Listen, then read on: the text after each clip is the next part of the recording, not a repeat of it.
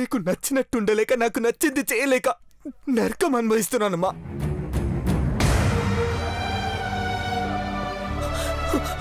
ఆ ఫ్రస్ట్రేషన్లో కోపం, చిరాకు ఎవరి మీద చూపించాలో ఎలా చూపించాలో కూడా తెలియక చివరికి నాన్న మీద కూడా అరిచేశాను. దాంతో నాన్న నాతో మాట్లాడడం మానేశారు. అసలు నేను ఎందుకు ఇలా ఉన్నానో నాన్నకి అర్థం కాకపోతే ఆ అమ్మాయికి ఎలా తెలుస్తుందమ్మా?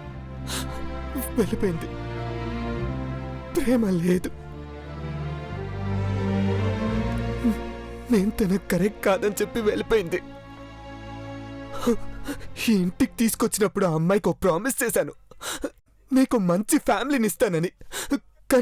కానీ ఈరోజు చెప్తున్నాడు, ఈ ఫ్యామిలీ ఒక మంచి అమ్మాయిని కోల్పోయింది.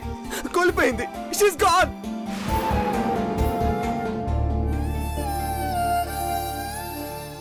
ఇప్పుడు నేనేం చేయాలమ్మా? ఆ పెళ్లి చేసుకోవాలి అంతే కదా? చేసుకుంటాను. కానీ ముందే చెప్తున్నాను, ఇప్పుడు దాకా మీరు నాకు ఇచ్చిన ఈ షర్ట్, బైక్, కార్, నా రూమ్ లో ఉన్న అన్ని వస్తువులు వాటికి తెలీదు అవి నాకు నచ్చవని. కానీ వచ్చేది ఒక అమ్మాయి అమ్మా. ఏదో ఒక రోజు తనకు తెలిసిపోతుంది తను నాకు నచ్చలేదని. ఆ రోజు నా లైఫ్ స్పాయిల్ అయిందని మీరే బాధపడతారు. ఇప్పుడు దాకా తల్లిగా మీరు గెలిచారనుకుంటున్నారు, కానీ మిమ్మల్ని గెలిపించడానికి 24 సంవత్సరాల నుంచి నేను ఓడిపోతూనే ఉన్నానమ్మా.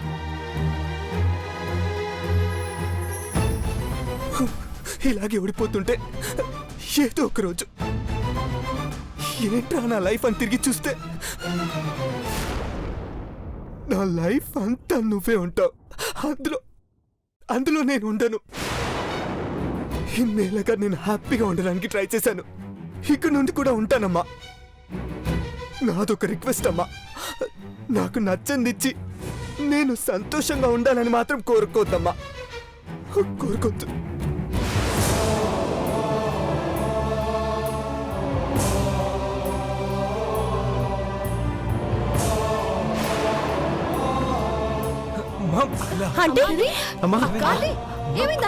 ఏమైంది మా?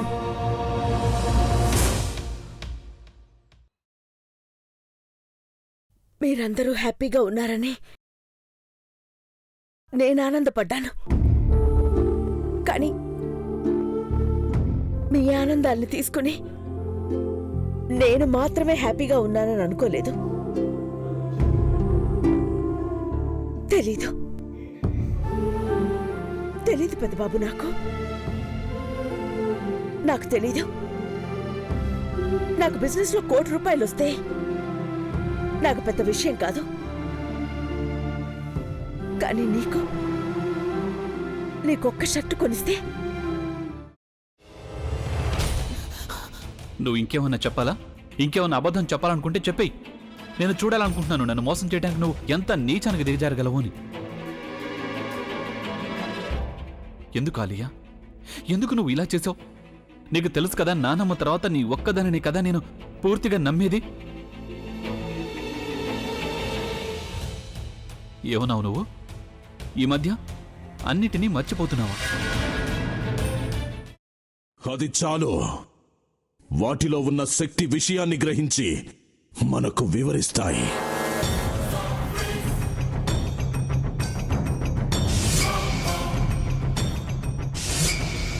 ఎవరు ఆ దండ విప్పొద్దు, గది తలుపులు తెరవద్దు.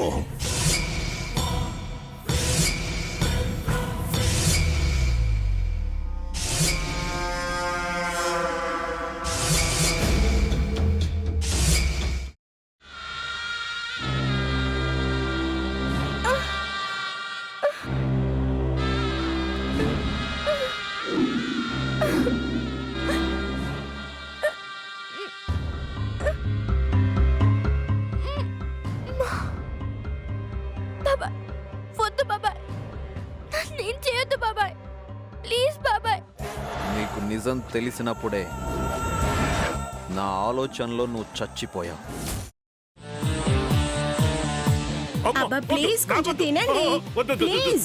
భీమారావు గారు మీరా? ఇగో మీరా కాదు సక్కుబాయ్. అవును, మీ పనామే లేచిపోయిందని చెప్పి కంప్లైంట్ ఇచ్చినావు కదా. రేయ్, ఆయన కంప్లైంట్ ఇచ్చింది లేచిపోయిందని కాదు, కనిపించడం లేదు అని. అచ్చా, అట్లానా? సరే మేడం. ఇడియట్. ఆ వంట మనిషి పేరేంటన్నారు? రత్తాలు మేడం. ఏం పెద్ద మంచి, నీ వంట మంచిని కూడా మేడం అని పిలుస్తావా? రేయ్ హాఫ్ బ్రెయిన్,